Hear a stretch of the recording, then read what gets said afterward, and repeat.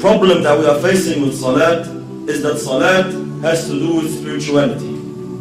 It has to do with feelings that come through your heart and thoughts that come through your mind. A successful Muslim, like Allah subhanahu wa ta'ala says, قَدْ أَفْلَحَ الْمُؤْمِنُونَ الَّذِينَ هُمْ فِي صَلَاتِهِمْ خَاشِعُونَ. Verily the believers are successful, they are the ones who have khushu' in the salat. They pray properly, they stand before Allah subhanahu wa ta'ala properly. A crucial step, a crucial cornerstone in achieving this target is to know who you're standing in front of. Who are you speaking to? Which words are you reading? These feelings, this set of feelings, they have to come through your heart, and the more they take you on, the more they are in your heart, the better your salat is.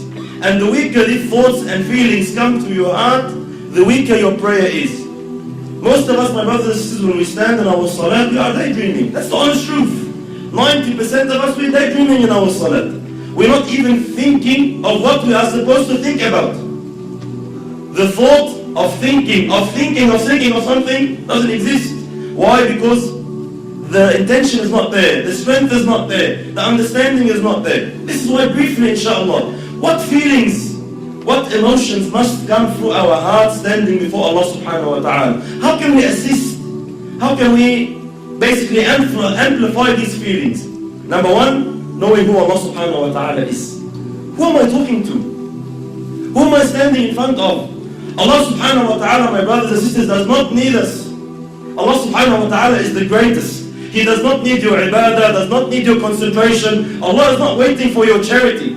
Allah's kingdom and dominion does not increase with your dhikr and tasbih and ruku' and sujood. We need Allah. We should be honored. Every single one of us, the second you make takbir, the second you say Allahu Akbar, should be honored. That Allah subhanahu wa ta'ala has allowed you a window of opportunity to speak to Him, to stand before Him.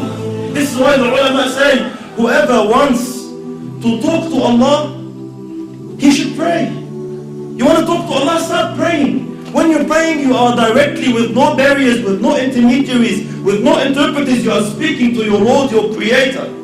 This is why very, very important that we realize who we're talking to, my brothers. It's a small brief hadith.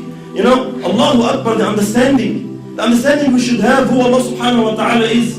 Muhammad sallallahu alayhi wa sallam says in the authentic hadith, أَطَّتِ السَّمَاء وَحُقَّ لَهَا أَن طَئِتْ. The heavens have squeaked. You know, when you jump on a horse or a camel, the saddle makes a squeaky noise from the weight.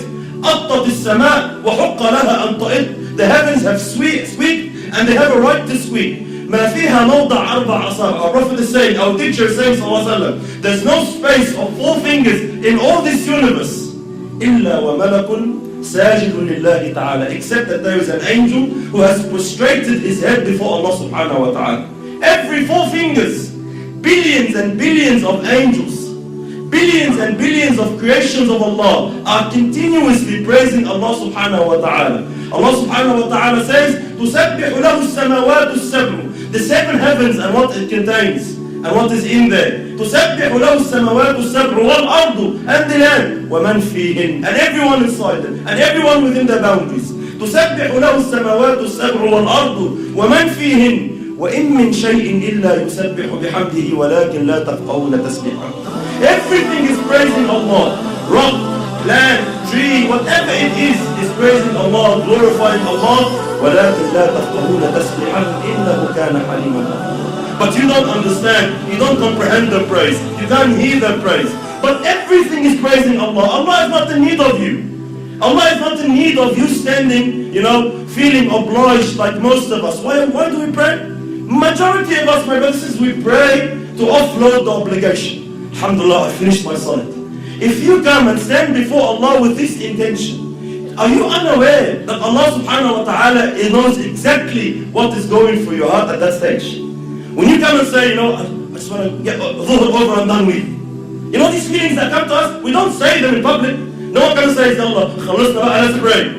No one says that. No one says to his man, get over and done with, khalasna. We say, let's go pray over in my heart. Allah, please, let's go over and done with. This feeling that I'm praying just to offload the burden of salat is not the right feeling you should have. You should be honored, my brothers and sisters, wallahi, in issues of dunya.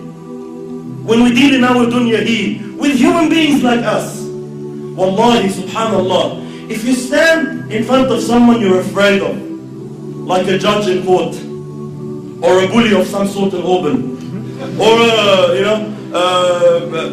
a president, a prime minister, an ASIO agent, wherever you stand in front of, what happens to you naturally, without no motivation, without no one to have to give you a 7-step course of how to fear him? Naturally speaking, subhanallah, your heart starts pounding. You feel something. When you stand in front of the judge and he's about to announce the decision whether you'll got 15 years in jail or not, your heart starts pounding naturally. No one needs to give you a course. Why? Because we are aware who this person is. I know who he is. I know what authority he has. I know what he can do. I know what he can decide now. He can wreck my life. And because I know this, naturally the feeling, the emotion comes naturally. The problem is when we deal with Allah, these feelings do not exist. You stand before Allah and you're daydreaming. We all know Allah knows what's in your heart. But it does not move anything in you. Every blue moon, every now and then, maybe in Ramadan when you're feeling down, something that you're going through trouble with your family, you want to get married, you get some emotion. Other than that, our salat is just far off where it should be. Why? We are unaware who you are standing in front of. The understanding that Allah now subhanahu wa ta'ala has allowed you to speak to Him. Wallahi, my brothers and sisters, wallahi, we see Muslims in this dunya, they get to meet a sinner, let's say an actor or an actress or a pop star of some sort, and they are so overwhelmed by the fact that they had an opportunity to get his signature or her signature. They're just so overwhelmed. They would say, they'll be speechless. I'm actually standing in front of you, I can't believe it. And they'll be so, they'll be so touched that, he's allowed them 5 minutes of his time. We have these feelings with mashayikh even. Sometimes the super sheikh comes from overseas and we find all the boys and they're, Allahu Akbar, I'm giving him salam, I can't believe it. Subhanallah, every time I see such a situation, it always reminds me of Allah. Subhanallah, who is this person? Regardless, all ranks preserved. Who is this person? The Shaykh once said, imagine if you were to meet Muhammad sallallahu alayhi wa sallam, what would you feel? Imagine if Rasulullah said, I'll give you 5 minutes of my time, come meet me. What would you think? Would you daydream? Would you be sitting with Rasulullah thinking of your wife? Would you be sitting in front of Muhammad sallallahu alayhi wa sallam thinking about work? No way on earth. Why? Prophet of Allah is He. You'll be taken. You'll be absorbed in the discussion. But subhanallah, we stand before Allah every day 5 times daydreaming. Why? We are unaware who Allah subhanahu wa ta'ala is. And how patient is Allah? How merciful is Allah subhanahu wa ta'ala, my brothers? Imagine Allah subhanahu wa ta'ala knowing, seeing what's in your heart. He gave you everything. He gave you the wife you're busy with. He gave you the husband you're busy with. He gave you the job you're thinking of. He gave you everything you're thinking about that's distracting you from Him. And He knows that, and He is patient with you. He is Halim subhanahu wa ta'ala. He still accepts you. He still allows you. Subhanallah, imagine a prime minister allows a peasant to come and meet him for 5 minutes. Says, alright, you have problems, come. I'll allow you to meet the prime minister.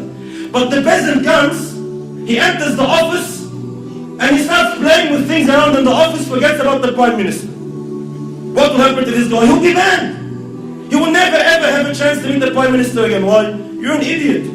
We allowed you the chance, we opened the door for you, and you don't want to present your situation. You don't want to say anything. You get busy with something else. Why did you come? Likewise, imagine Allah subhanahu wa ta'ala, the King of Kings, 5 times a day allows you an opportunity to speak to Him, to complain to Him, to beg of Him, to ask of Him, and you are daydreaming. And Allah subhanahu wa ta'ala still allows you. Allah doesn't ban you. Allah doesn't say, this guy is disrespectful. No, Allah is patient.